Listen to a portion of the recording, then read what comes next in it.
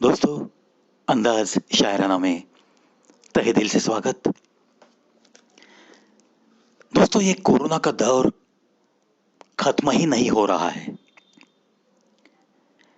और अब तो ऐसी नौबत आई है कि हम किसी को कोई शब्द नहीं दे सकते। यानी कि अरे यार, मैं 2 महीने के बाद तेरे गांव आ रहा हूं, बिल्कुल फुर्सत में मिलेंगे हम, ऐसा कह भी नहीं सकते। ये सच्चाई दिख रही है आजकल।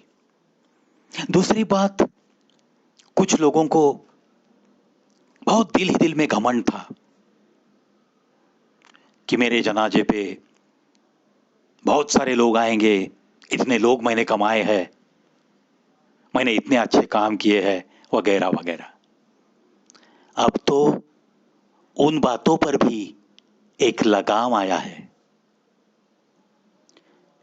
कुछ बाप लोगों को अपनी जो अमीरी है वो दिखाने का शौक था। बड़ी घमंड से बात करते थे, मेरे बेटी की शादी में बड़ी धूमधाम से मनाऊंगा, हजारों लोग आएंगे, हजारों लोगों की मैं इतनी अच्छी मेहमान नवाजी करूंगा, इतनी अच्छी खिदमत करूंगा कि लोग जिंदगी भर याद रखेंगे। ये बातें अब इतिहास बन रही है ना दोस्तों? यही दौर चालू है ना। फिर ऐसे में जब हमें पता है, अब वैसे तो पता सदियों से है कि इंसान की जिंदगी एक पानी का बुलबुला है, कब कौन कैसे उठ जाएगा इसका तो किसी को पता नहीं, है ना? आनंद फिल्म में एक डायलॉग। वैसी ही हालत इंसानी जिंदगी की जरूर है, लेकिन आजकल तो बहुत खराब वक्त से हम सब लोग गुजर रहे हैं। तो किसकी जिंदगी कितनी बची है इसका कुछ पता नहीं। ऐसे ही बारे में आज की ये पहली पंक्तियां अंदाज शायराना में। जो शेष बची है जिंदगी उसे ही कहीं ना कहीं थोड़ा विशेष बनाइए, वरना अवशेष तो होना ही है। क्या बात है ना दोस्तों। बस कोई मिट्टी में दफन हो जाएगा, कोई राख बनकर बह जाएगा, जिसके जिसके धर्म के अनुसार उसका अंतिम विधि जरूर होता है ना। यानी कि हम तो बस अवशेष बन के रहते हैं। जब सांस टूट जाती है तो क्या होता है, उसका नाम लेके कोई नहीं पुकारता, वो बॉडी बन जाती है। देखो आजकल क्या सुनाई देता है। क्या करे यार, मेरे पापा कोरोना से गुजर गए, बॉडी भी नहीं मिली। क्या करेंगे यार, मेरी मौसी गई, मेरी माँ गुजर गई, मेरी बहन गई, मेरा भाई गया। ये सारी बातें गए 1 साल में हमने कितनी बार सुनी है। सांस टूट गई तो सिर्फ वो एक बॉडी रह जाती है दोस्तों।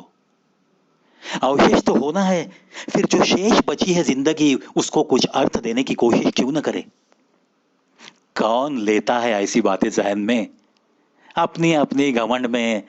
फिर भी घर में बैठ के भी घमंड को चिपक के ही बैठने वाले बहुत सारे दिखते हैं। खैर छोड़ो, जिनको सुधरना है वो जरूर सुधरेंगे। जिनको घमंड में ही जीना है उनकी मौत भी, वो घमंड भी देखती रहेगी शायद।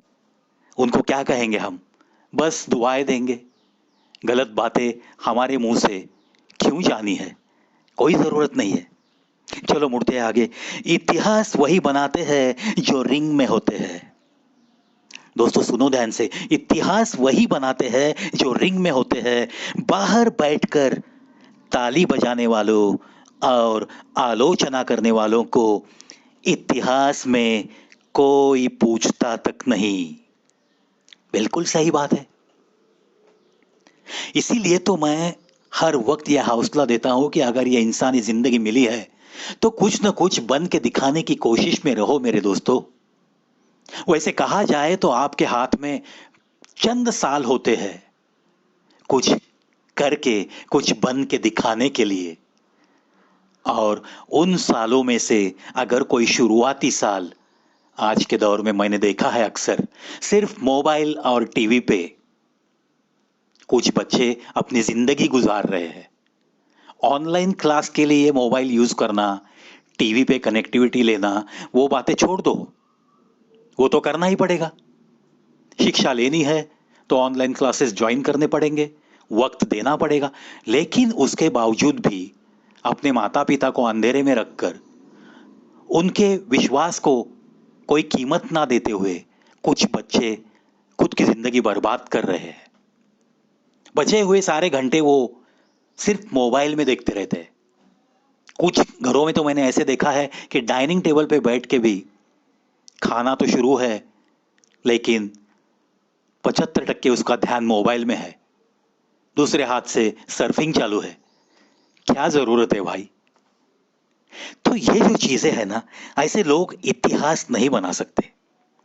इतिहास वही बनाते हैं जो रिंग में होते हैं। हमें तो उस रिंग में जाना है।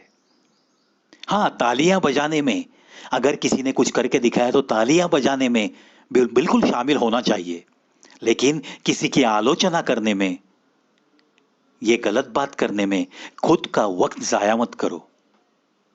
अगर किसी की आलोचना करते हो तो पहले अपने गिरेबां में झांक कर देखो। आईने में अपनी सूरत एक सच्ची नजर से देखो। खुद का सारा इतिहास याद करो।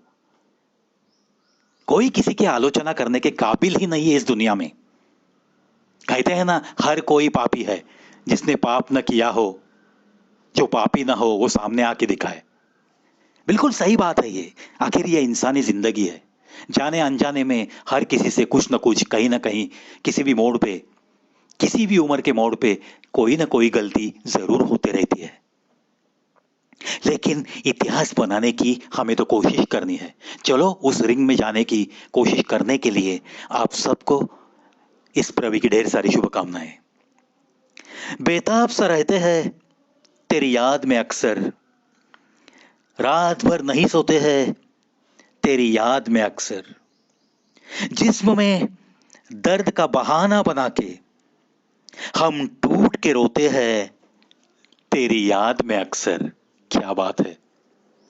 देखो दोस्तों, कुछ लोगों को ये बातें बड़ी फिल्मी लगती है कि कोई किसी की याद में रोता है। अरे दिल से किसी से प्यार करके देखो, वो यादें बिल्कुल रुलाती ही है। और फिर ऐसी उम्र में अगर आप रोते हुए किसी को दिखोगे तो वो क्या सोचेगा? इसके लिए बहाना बनाना पड़ता है। क्या बहाना? हम टूट के रोते हैं तेरी याद में अक्सर, मगर जिस्म में दर्द का बहाना बना लेते हैं। होता है दोस्तों, ऐसी बातें जरूर होती है, क्योंकि ये दिल की जो लगन होती है ना, वो लाख तोड़ने की कोशिश करो, वो कभी भी टूटती नहीं।